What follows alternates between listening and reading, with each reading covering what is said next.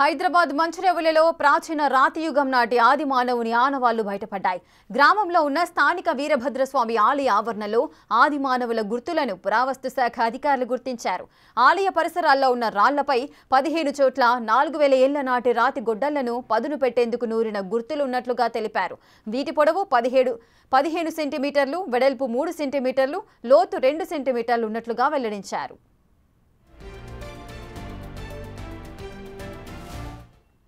ఇదే అంశంపై ఆలయ వంశపారంపర్య అర్చకులు మాడపాటి పరమేశ్వరతో మా ప్రతినిధి అంజుమా ఫేస్ టు ఫేస్.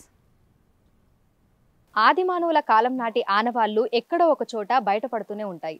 అలా మంచిరేవుల గ్రామంలోని అతి పురాతనమైన వీరభద్రస్వామి ఆలయంలో కూడా ఇటీవలే బయటపడ్డాయి. ఈ విషయాన్ని ఆర్కియాలజీ డిపార్ట్మెంట్ పేర్కొనడం జరిగింది. ప్రస్తుతం మనం మంచిరేవుల గ్రామంలో ఉన్నటువంటి వీరభద్రస్వామి ఆలయంలో ఉన్నాము. మనతో పాటు ఆలయ వంశపారంపర్య ప్రధాన అర్చకులు మాడపాటి పరమేశ్వర్ గారు ఉన్నారు. మిగతా విషయాలను ఆయన మాటల్లోనే అడిగి తెలుసుకుందాము. నమస్కారం పూజారి గారు. ఈ ఆలయంలో ఆదిమానవుల కాలం నాటి ఆనవాళ్లు ఏ విధంగా బయటపడ్డాయి, పురావస్తు శాఖ వారికి ఏ విధంగా తెలిసింది? శ్రీ గురుభ్యో నమః. శ్రీ మచిలీశ్వర వీరభద్రస్వామి దేవాలయం. ఇక్కడ స్వామివారు గుహ కింద వెలిశారు. అతి పురాతనమైన దేవాలయం. చాళక్యుల కాలం నాటి దేవాలయం ఇది. బ్రహ్మసూత్రం ఆధారంగా దీని శివనాగరెడ్డి గారు ఆర్కియాలజికల్ డిపార్ట్మెంట్ వారు దీన్ని తెలపడం జరిగింది. వారు 1300 నుంచి 1400 సంవత్సరాల కంటే పాతదయి ఉండవచ్చు అని చెప్పడం జరిగింది. స్వామివారు ఇక్కడ స్వయంభూ కింద నుంచి నడుచుకుంటూ వచ్చి స్వామివారి గుహలో వెళ్ళవడం జరిగింది.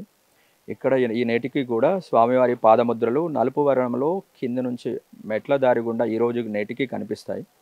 అట్లాగే నిన్నటి రోజున వారు మళ్ళీ మా ఆహ్వానం మేరకు వచ్చి ఇక్కడ దేవాలయ పరిసర ప్రాంతాల్లో రాతి పైన కొండపైన కొన్ని ఆనవాళ్ళు చూపించడం జరిగింది. ఏంటి అనగా అవి ఒకప్పట్లో ఇనుము అనే వస్తువు లేదు. కేవలం ఉన్నటువంటి రాతి చేతనే ఆ రాతిని షార్ప్ చేసి దానికి వారికి అనుగుణంగా మార్చుకొని దాన్ని వారు ఉపయోగించేవారు.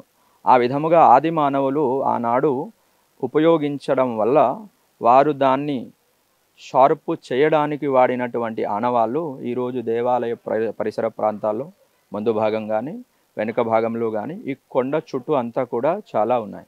ఇక్కడ మీరు ప్రత్యక్షంగా చూడొచ్చు. సో ఇప్పుడు ఏదైతే మనకు అంటే ఈ లోతుగా ఉన్నటువంటి గుంత ఏదైతే కనిపిస్తుందో ఇది ఆదిమానవుల కాలం నాటి ఆ గుర్తే అంటారా? అంటే వారు దాన్ని షార్పు చేయడానికి వాడుతూ ఏర్పడినటువంటి గుర్తులు ఇవన్నీ కూడా ఆనాటి నుండి ఇప్పటికీ అట్లాగే ఉన్నాయి. చాలా ఉన్నాయి పరిసర ప్రాంతాల్లో. కొండ చుట్టూ దాదాపుగా 100కు పైగానే ఉంటాయి.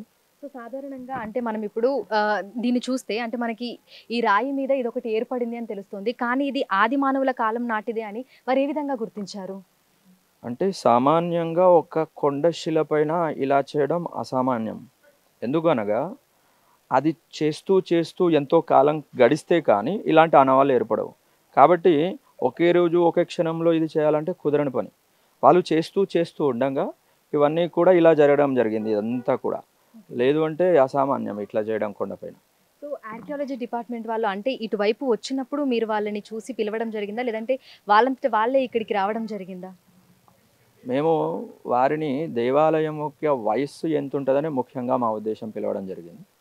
దాంతోపాటుగా వారివి గుర్తించి ఇది మాకు వివరించడం జరిగింది. ఆది మానవుల కాలం నాటిది.